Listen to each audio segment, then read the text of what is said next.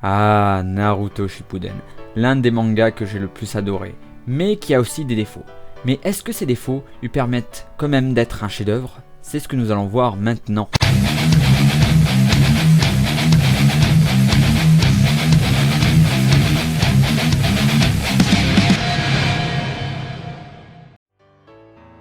Déjà, je tenais à vous remercier, vous êtes de plus en plus nombreux sur la chaîne, franchement ça fait super plaisir et ça me motive encore plus. De grosses vidéos sont en préparation et franchement, abonnez-vous, ça vaut le coup, vous allez voir, vous n'allez pas être déçus. Maintenant, je vais faire la critique d'un manga que j'ai adoré, mais aussi un peu détesté par moments, c'est Naruto Shippuden.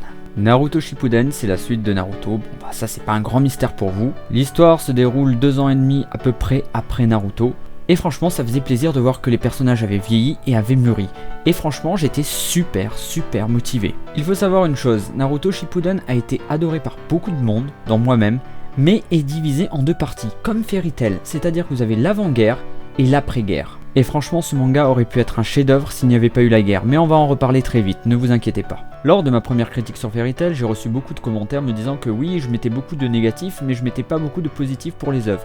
Et donc là, je vais faire un petit effort et vous parler des côtés positifs de Naruto Shippuden d'abord. Tout d'abord, l'histoire avançait bien. Franchement, il y avait une courbe d'évolution qui était correcte, il n'y avait pas vraiment de soucis en soi.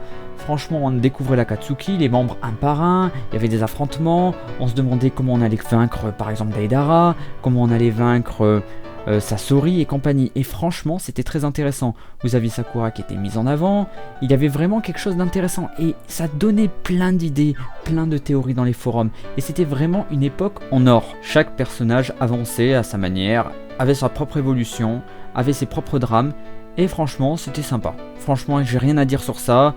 Il n'y a pas vraiment de critique à faire. Même Naruto, il avait une courbe d'évolution qui était tout à fait correcte. Sasuke était encore plus fort. Mais c'était logique, c'était dans la logique du manga. Donc on pouvait rien dire vraiment. Franchement, en plus, on a eu le lot de combats d'anthologie. On avait eu Kakuzu versus Naruto. On a eu Sasuke versus Deidara. Et franchement, les combats montaient en intensité. On a eu Jiraiya versus Pain, qui était génial. En plus, il y avait une histoire d'énigme, on savait pas vraiment qui était Pain, on se cassait la tête, on se disait mais c'est peut-être lui, mais non, c'est peut-être pas lui. Et franchement, c'était la folie sur les forums. On a eu aussi le combat fratricide entre Sasuke et Itachi. Et enfin, l'apothéose pour moi, le combat entre Pain versus Naruto, qui a été franchement épique. Et franchement, Konoha a été détruit d'une façon horrible. Et waouh, franchement, c'était horrible. Parce que franchement, on se souvenait en plus de quelques semaines avant la mort de Jiraiya. Et c'était vraiment horrible pour nous. Et le personnage de Pain avait une certaine logique.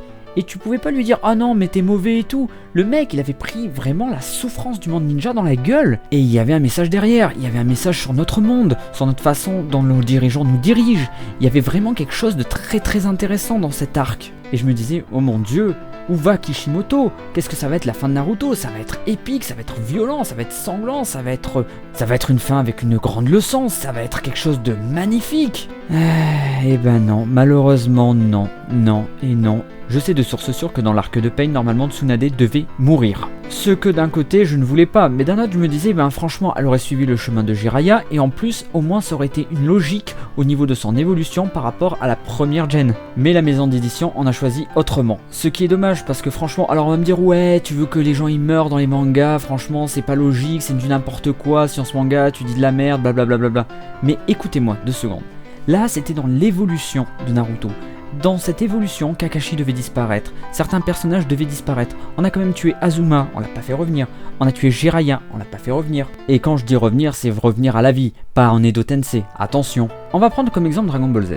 Dans Dragon Ball Z, on te parle des boules de cristal qui peuvent exaucer ce souhait de ramener les morts à la vie. Donc là c'est normal, il n'y a pas trop de soucis. Parce que franchement dans Naruto quand quelqu'un mourait, c'était fini, game over, fini, finito. Et c'était une des forces de Naruto, quand un personnage disparaissait, c'était fini. Et surtout le revirement de Nagato, le mec d'un coup, ok bon bah t'es l'enfant de la prophétie, ok bro je te crois en toi, allez c'est bon on va y aller, allez, je ressuscite tout le monde, allez hop et je meurs parce que franchement sinon je vais faire chier au niveau du scénario, tchaous. Et encore, si Kishimoto s'était arrêté là, franchement le manga ce serait fini là, ça aurait été bien. Il n'y aurait pas eu de soucis, le manga aurait eu une fin comme ça, peut-être on aurait eu un nouvel arc, Akipuden ou autre chose, et ça aurait été super. Mais il fallait s'occuper des Uchiwa, parce que bon, franchement il y avait 2 Uchiwa qui étaient dans la nature, et comme on le sait, les Uchiwa sont des nerveux, et les Uchiwa ils foutent la merde, quand ils pètent un caca nerveux, ils te détruisent la planète. Pendant ce début de guerre, Sasuke il a fait sa descente en enfer, et le manga aussi, parce que franchement le manga était bon, il y avait des choses vraiment très intéressantes, il y avait vraiment de bons messages, et là le manga d'un coup, il est parti en cacahuète. Point positif quand même, il y a la mort de Danzo, parce que ce personnage je pouvais pas le saquer, il commençait à me taper sur le système, et franchement qu'il se fasse défoncer comme ça, j'ai bien aimé. Pas vous? Et après ça devient une putain de série Z. Entre attaquer les Kage, entre déclarer une guerre complètement stupide. Franchement t'as les 100 000 Zetsu sous la terre qui peuvent foutre la merde dans tous les villages un par un. Toi tu viens déclarer la guerre pour préparer les gens et les unifier à un ennemi commun. Franchement c'est complètement stupide et débile de la part du mec au masque Toby. Mais bon c'est un demeuré à la base. S'ensuit une préparation de guerre complètement pourrie. Un Naruto qui a le cerveau qui tourne sous hélium. Et en plus on nous sort un nouvel ennemi parce que franchement il faut du recyclage dans le monde Shinobi. On nous sort le larbin sans personnalité d'Orochimaru qui a pris ses cellules pour devenir comme lui. Waouh! Et comme on aime le recyclage dans Naruto, on va ressusciter tous les personnages qui sont tombés avant la guerre. Ouais!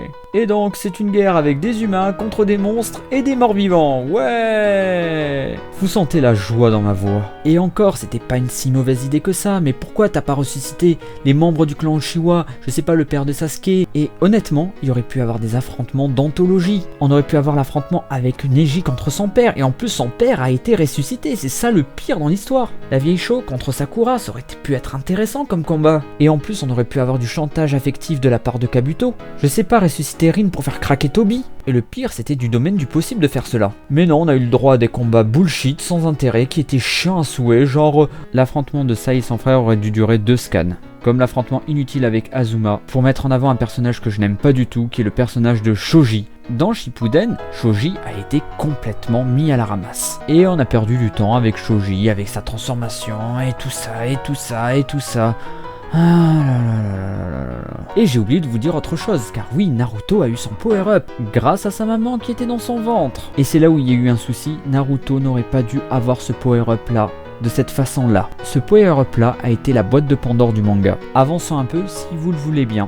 Mais revenons sur Madara. Madara le puissant, Madara l'invincible, Madara qui maîtrise les jutsu les plus what the fuck de l'univers. Le matin il bouffe des Kage et l'après-midi il crée la vie dans un autre univers. Voilà Madara le puissant, Madara le chouchou de l'auteur. Et encore une fois, les Uchiwa sont ultra pétés. Et Madara nous sort des jutsu, des nouvelles transformations, et ainsi de suite, et ainsi de suite. Et ça s'enchaîne en une soirée. D'ailleurs, on va appeler cette soirée-là la soirée des power-up. Et oubliez les réserves de chakra, c'est de la merde maintenant, on est dans la guerre. Ninja, maintenant les réserves de chakra c'est pour les tapettes. Ce que j'ai déploré, c'est surtout aussi l'identité de Toby. Alors Toby, le personnage mystérieux, le personnage que tu savais directement c'était qui depuis le début, car tu avais maté avant Kakashi Gaiden. Oh mon dieu, c'est pas vrai, je me suis fait troll, c'est Ishiraku le vendeur de ramen, tout s'explique. Franchement, j'aurais préféré, ça aurait été un twist énorme et ça aurait été super marrant. Mais c'était le fameux Obito, le mec le plus con de l'univers. D'ailleurs, niveau scénario, je sais pas pour vous, mais moi j'ai fait un putain de parallèle avec Star Wars. Les deux futurs anti-héros sont contrôlés par deux vieux schnocks. Ils aiment une fille qui malheureusement va crever, et ils vont barrer totalement en couille à cause de cela, et ils vont rejoindre le côté obscur de la force. Et j'ajoute même un bonus sur ce parallèle, ils ont chacun une arme de destruction massive. Soit l'étoile noire pour Dark Vador, et Jubi pour notre petit Obito mignon. Après t'as des power-up à foison, genre Naruto qui fait ami-ami avec les Pokémon, enfin, excusez-moi, les démons à queue, mais bon, ça ressemble à Pokémon ou à un remake un peu hardcore de Yokai Watch. Et peut-être vous avez remarqué, j'ai oublié de parler d'un personnage important. Je veux bien sûr parler de Itachi. Oui, Itachi Uchiwa, le cousin de Aizen the Bleach. Ce mec là c'est un putain de mastermind. Alors là c'est un truc qui m'a un peu choqué dans ce manga, c'est une morale un peu à 2 balles. En gros, Itachi a massacré l'ensemble de son clan. Les enfants, les vieillards, il a massacré tout le monde. Il a laissé Sasuke en vie.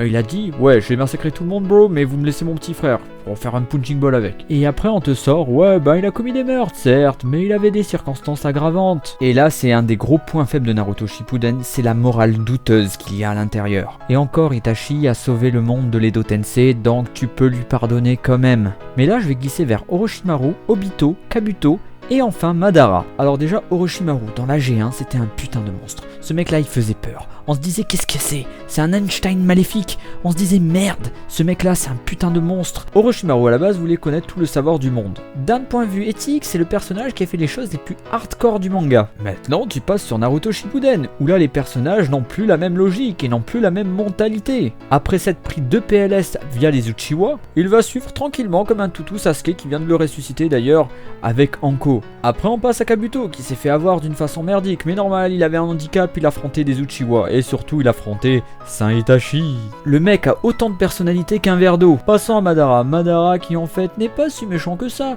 il veut juste unifier le monde dans un rêve. Waouh, joie. Comme ça il y aura plus de guerre et ça sera la paix. Ouais, super. Matrix numéro 2. Mais on va passer au pire antagoniste de Naruto Shippuden. Obito Uchiwa. Ce personnage est tellement mal écrit que ça en devient comique. Il a foutu la merde dans le monde ninja pour une raison complètement conne.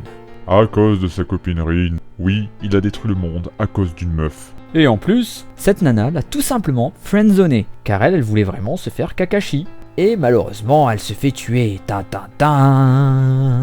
Il va suivre la coutume et vouloir raser le monde lui aussi. Je reviens sur ce que j'ai dit, franchement, Itachi t'a géré.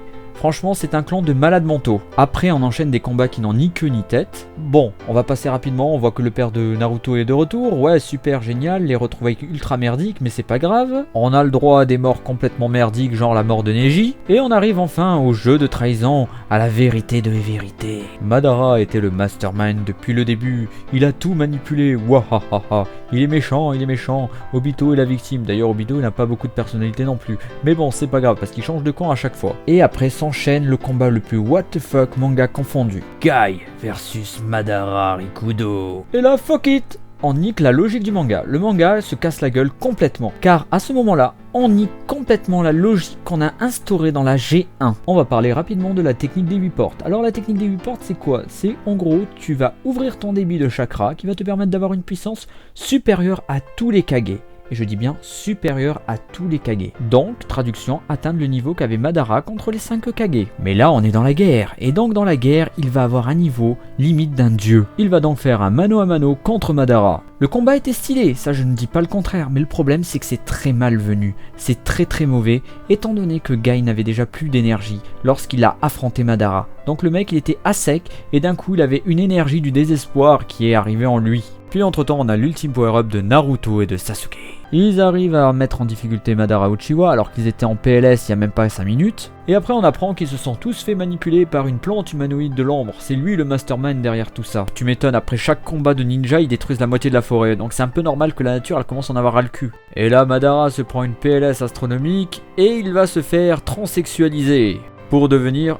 excusez-moi madame, vous êtes qui au fait? L'un des personnages les plus merdiques manga confondus avec un background de merde. Et avant qu'on me dise oui non elle a un background, souviens-toi dans les hors-séries de Naruto Shippuden. Mais je te parle à l'époque des scans et à l'époque du manga, il n'y avait pas ça. Donc le boss final sera Kaguya, la méchante mère du Rikudo. Ha ha ha ha ha.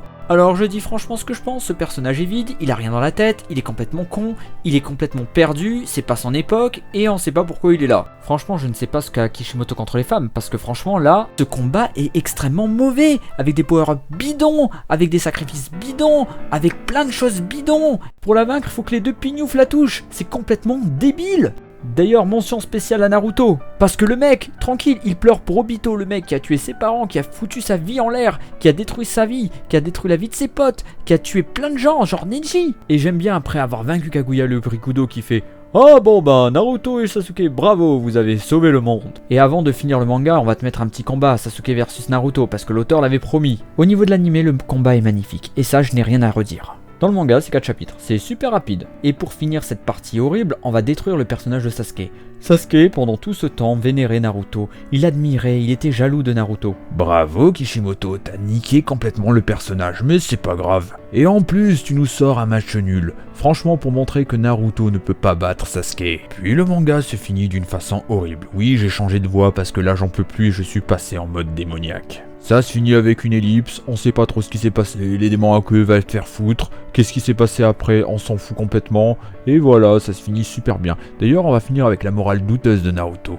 et vous allez apprécier. En effet, Naruto devait trouver une solution pour le monde ninja, pour apporter la paix, bien entendu. On a eu Pain qui avait sa réponse, on avait Obito qui avait sa réponse avec Madara, et on avait aussi Sasuke qui avait une bonne réponse. Eh ben, vous ne le saurez jamais, car Naruto se finit avec une ellipse pourrave, avec des enfants qui sont les clones des parents. Et si tu veux savoir ce qui s'est passé entre l'entre-deux, tu dois prendre le DLC. Oups, désolé, je m'égare. Car à l'époque, si tu suivais Naruto, tu as su qu'il y avait un film qui s'appelait The Last. Maintenant, tu peux le trouver très facilement sur internet ou tu peux même le trouver en DVD.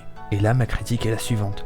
Comment on peut faire ça aux fans du manga? Pourquoi n'avoir pas sorti un chapitre supplémentaire? Non, on te la met à l'envers et tu dois dépenser pour avoir la fin complète. Bon, je reprends ma voix normale. Mais il y a quelque chose, avant de conclure, qui m'a choqué.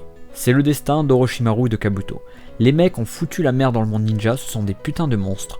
On laisse Orochimaru en liberté, tranquillou, et on laisse Kabuto s'occuper d'un orphelinat alors que leur place était en prison. Et c'est ça le souci de Naruto, c'est que Naruto à la fin se casse complètement la gueule. Le manga est génial, franchement j'invite les gens à aller voir Naruto. Mais la guerre ninja est une catastrophe. Cette guerre ninja est une purge. Bien pour les fanboys, mais une purge au niveau scénaristique. Et c'est vraiment dommage car le manga avait tout pour être un chef-d'œuvre. La plupart d'entre nous, on a grandi avec Naruto, on a appris des choses avec lui, on a suivi ses aventures. Et franchement, se dire au revoir comme ça, c'est vraiment dommage. Mais quelle que soit la solution de Naruto qu'on ne saura jamais, le monde ninja a enfin trouvé la paix pour des siècles. Ou pas. Cette vidéo critique de Science Manga est terminée, je suis super ravi de vous l'avoir présentée, ça faisait longtemps que je voulais en parler. Il y a bien entendu d'autres vidéos qui sont en préparation. Je vous dis à très vite, partagez à fond, likez, et franchement vous êtes les meilleurs, et à très vite les éprouvettes. Ciao!